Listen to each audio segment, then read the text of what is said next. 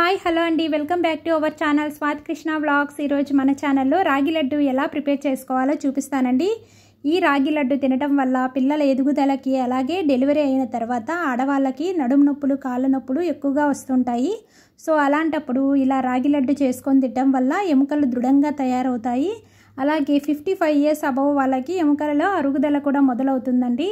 So వాళ్ళు కూడా రోజుకొకటి తీసుకోవటం వల్ల ఎముకలు దృఢంగా తయారవుతాయి.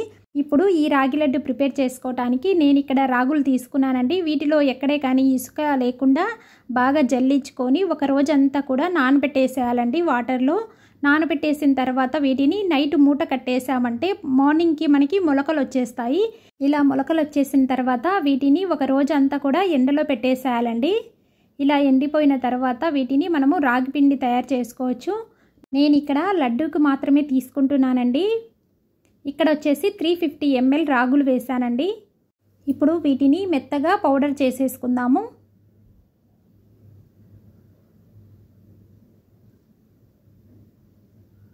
ఇదిగోండి, రాగి పిండి రెడీ అయిపోయింది.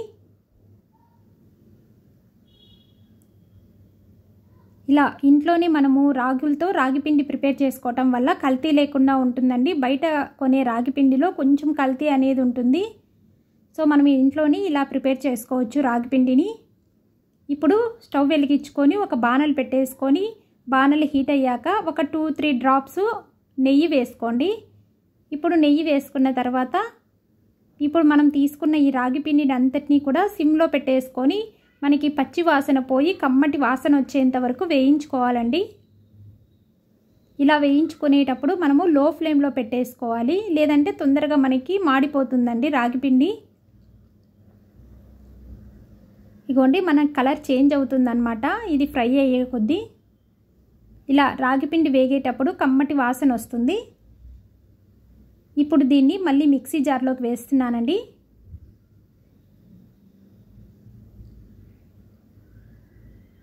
ఇలా పిండినంతా మిక్సీ జార్లో వేసుకొని ఇక్కడ నేను డ్రై ఫ్రూట్స్ వేస్తున్నానండి. వీటిని వేయించిన అవసరం లేదు.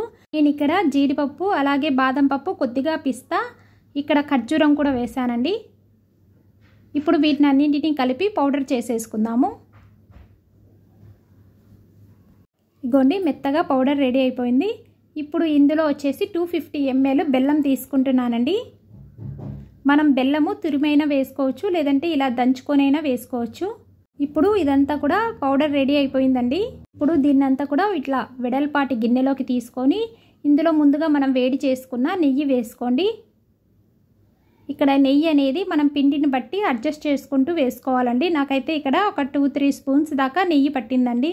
ఇలా నెయ్యి వేసిన తర్వాత ఈ పిండికంతా కూడా నెయ్యి కలిసే విధంగా ఇలా స్పూన్తో కలుపుకుంటూ ఉండాలి.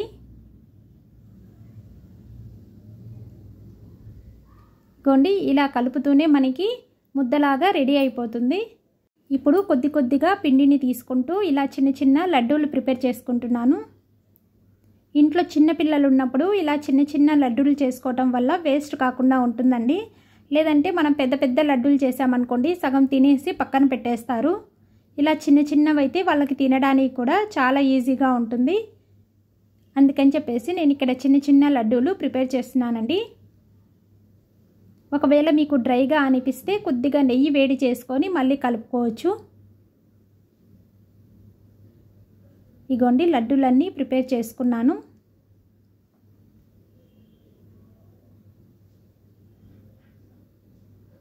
ఇంతేనండి. ఇలా రోజుకొకటి పిల్లలకు కూడా ఇవ్వటం వల్ల మంచి హెల్తీ అండి. పిల్లల్లో బోన్ ఇంప్రూవ్మెంట్ అనేది చాలా తొందరగా అవుతుంది. అలాగే ఎముకలు కూడా బాగా దృఢంగా ఉంటాయి. అలాగే 55 ఇయర్స్ అబవ్ వాళ్ళు ఇంట్లో ఉన్నారంటే రోజుకొక లడ్డు ఇలా ఇవ్వండి. వాళ్ళకి మోకాళ్ళ నొప్పులు లాంటివి రాకుండా ఉంటాయి. అలాగే మనం కూడా వంట పని చేసుకుంటూ రోజుకొక లడ్డు తింటూ ఉంటే నడుము నొప్పులు రాకుండా ఉంటాయండి. మరి ఈ వీడియో మీకు నచ్చిందనే అనుకుంటున్నాను. నచ్చితే తప్పకుండా లైక్ చేయండి, షేర్ చేయండి. అలాగే ఫస్ట్ టైం కనుక ఛానల్ చూస్తున్నట్లయితే ప్లీజ్ సబ్స్క్రైబ్ చేసుకోండి. రాగి లడ్డు ఎలా ప్రిపేర్ చేశానో కామెంట్ బాక్స్లో కామెంట్ చేయండి. నెక్స్ట్ వీడియోలో మరొక రెసిపీతో కలుస్తానండి. అంతవరకు బాయ్ అండి.